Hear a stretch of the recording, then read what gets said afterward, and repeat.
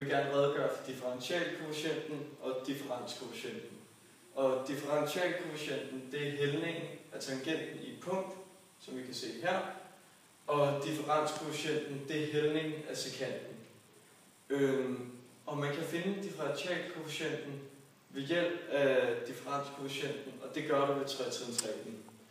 Tretrinsreglen, den går ud på, at sekantens hældning, AS, er lig med delta y over delta x. Og når man skriver det op, så kommer der til at stå f af x plus delta x minus f af x over delta x. Og så hvis det er mere avanceret, så vil du så skulle reducere det, og det kommer vi ind på lige om lidt. Men det behøver jeg ikke nu, så derfor så går man direkte til trin 3, hvor man finder, der finder man ud af, hvad AS, sekantens hældning, går mod, når delta x går mod 0. Og der skriver man, AS går mod, og i den her situation, så går AS mod f mærke af x for delta x gående mod 0.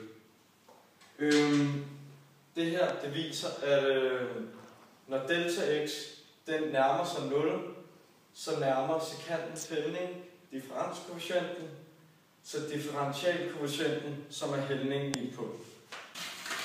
Jeg vil gerne lave en gennemgang af tretrinsreglen, og først så vil jeg opskrive sætningen, som jeg skal vise. Og jeg vil nu vise, at hvis f og g er differentiable funktioner, så gælder det, at h og x er lige med f og x minus g og x, hvilket medfører, at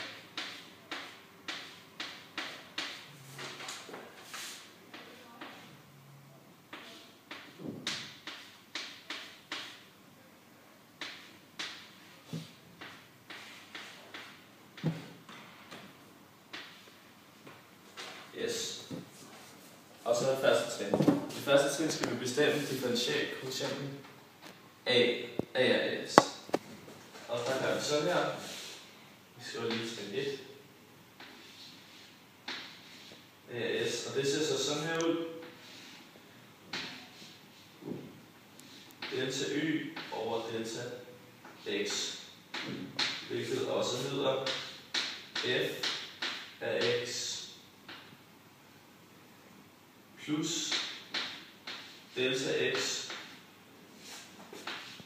minus f af x over delta x. Og det vil så i det her tilfælde komme til at se sådan her ud.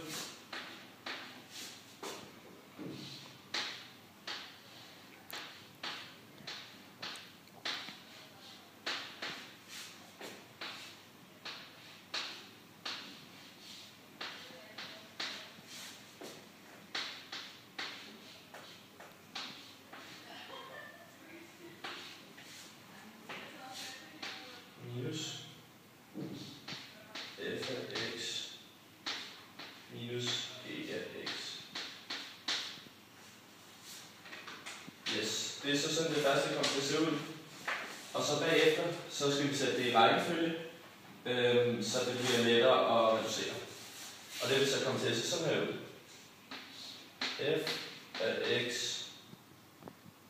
plus delta x minus f af x minus igen g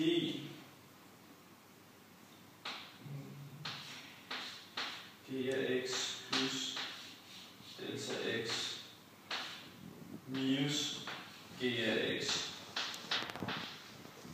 I det tilfælde, hvis vi så skal opløse minusparentesen, vil det så se sådan her ud. F af x plus delta x minus f af x, og så minus igen g af x plus delta x, parentes slut, minus plus g af x altså. Og det er så sådan, at vi kommer til at se ud. Bagefter det, så skal vi til at reducere udtrykket, som er det andet trin af tretrinsreglen. Når vi skal reducere udtrykket, så skal vi bruge den regneregel, som vi har lært, som hedder, at hvis man har a plus b over c, a plus b over c, sådan her, så vil man også kunne sætte det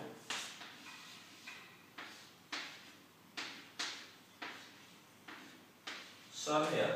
Og det er så det, vi vil gøre i det her tilfælde, hvor vi først vil få skrevet f af x op, og så bagefter g af x. Så vi vil gøre sådan her.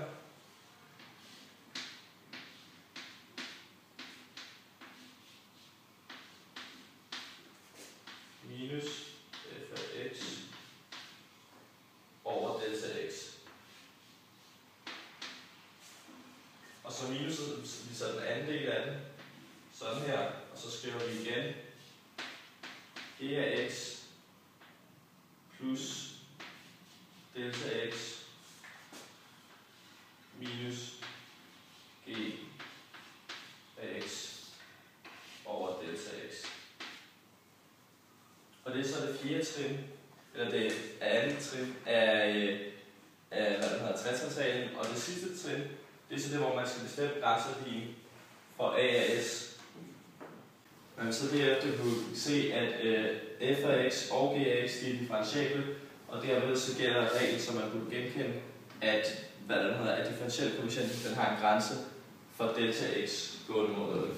Så man kan se her, delta x gående mod 0 vil så også sige, at a s den er gående mod f mærke af x minus g mærke af x.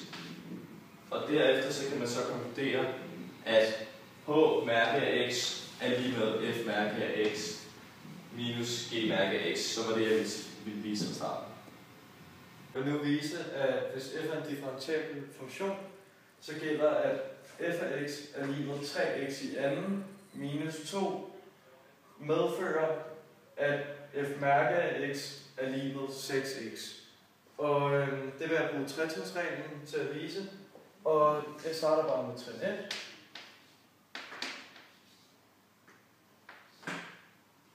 Og tretrinsreglen har vi jo fået forklaret.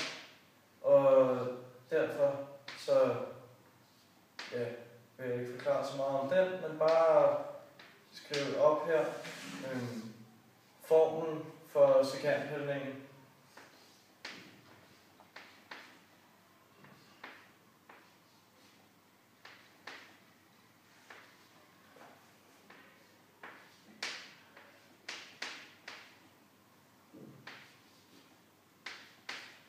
Nu når jeg har skrevet formlen for sekanthældningen her, så vil jeg så indsætte mine værdier fra f af x på f af x plads i den.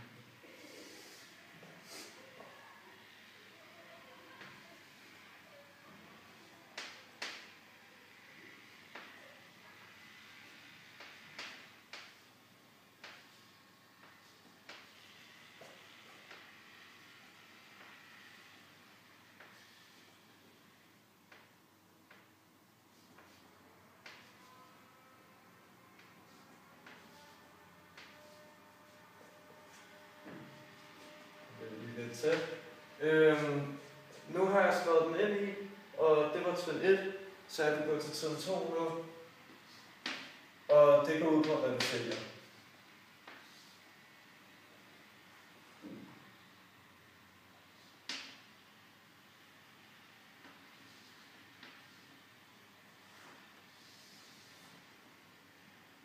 Først så opløser jeg potensen, Og det gør jeg ved kvadratsætningen.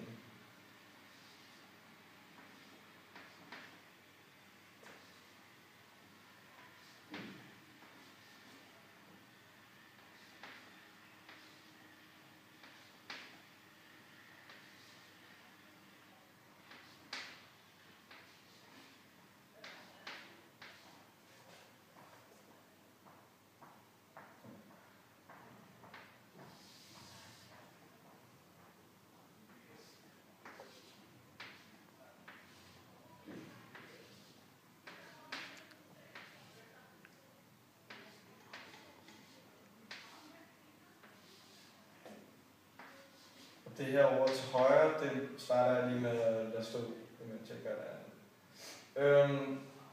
Nu når jeg har opløst potensen, så vil jeg eftervis opløse parentesen.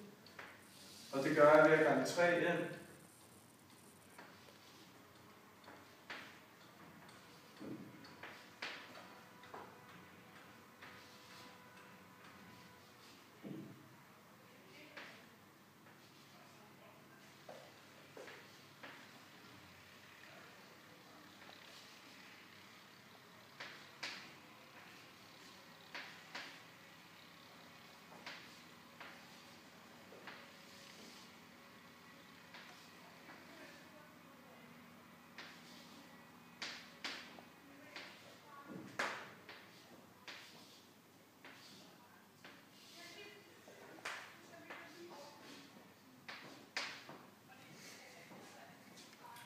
Og efter jeg har gjort det her, så vil jeg så opløse den anden parentes, og det gør jeg ved at der står minus foran, og det betyder at fortegnet inde i parentesen det ændres, så der kommer til at stå plus.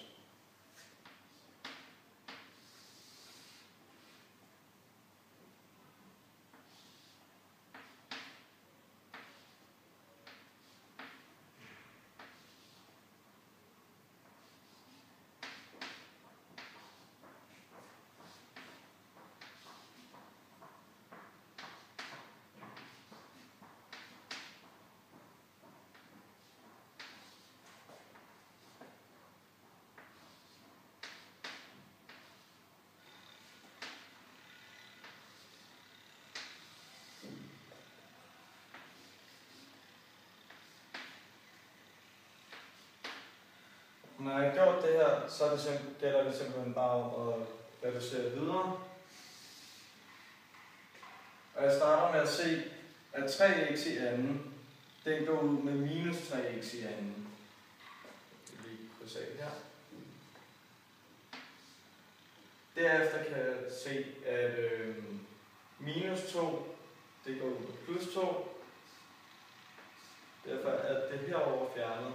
Og faktisk så står der kun 3 delta x i anden plus 6 x gange delta x over delta x. Og det jeg gør her, det er, at jeg tager delta x i nævner, og så fjerner jeg den, og jeg fjerner den også op i tælleren. Derfor så fjerner jeg den her, og så fjerner jeg den i potensen, fordi den står jo i anden. Så til sidst kommer der til at stå 3 delta x plus 6x. På baggrund af ovenstående kan grænseværdien for sekantens hældning bestemmes i det, at AS, sekantens hældning, den bevæger sig mod 6x for delta x gående mod 0. Og ved dette, så kan jeg nu konkludere, at differentialkoefficienten x er lig med 6x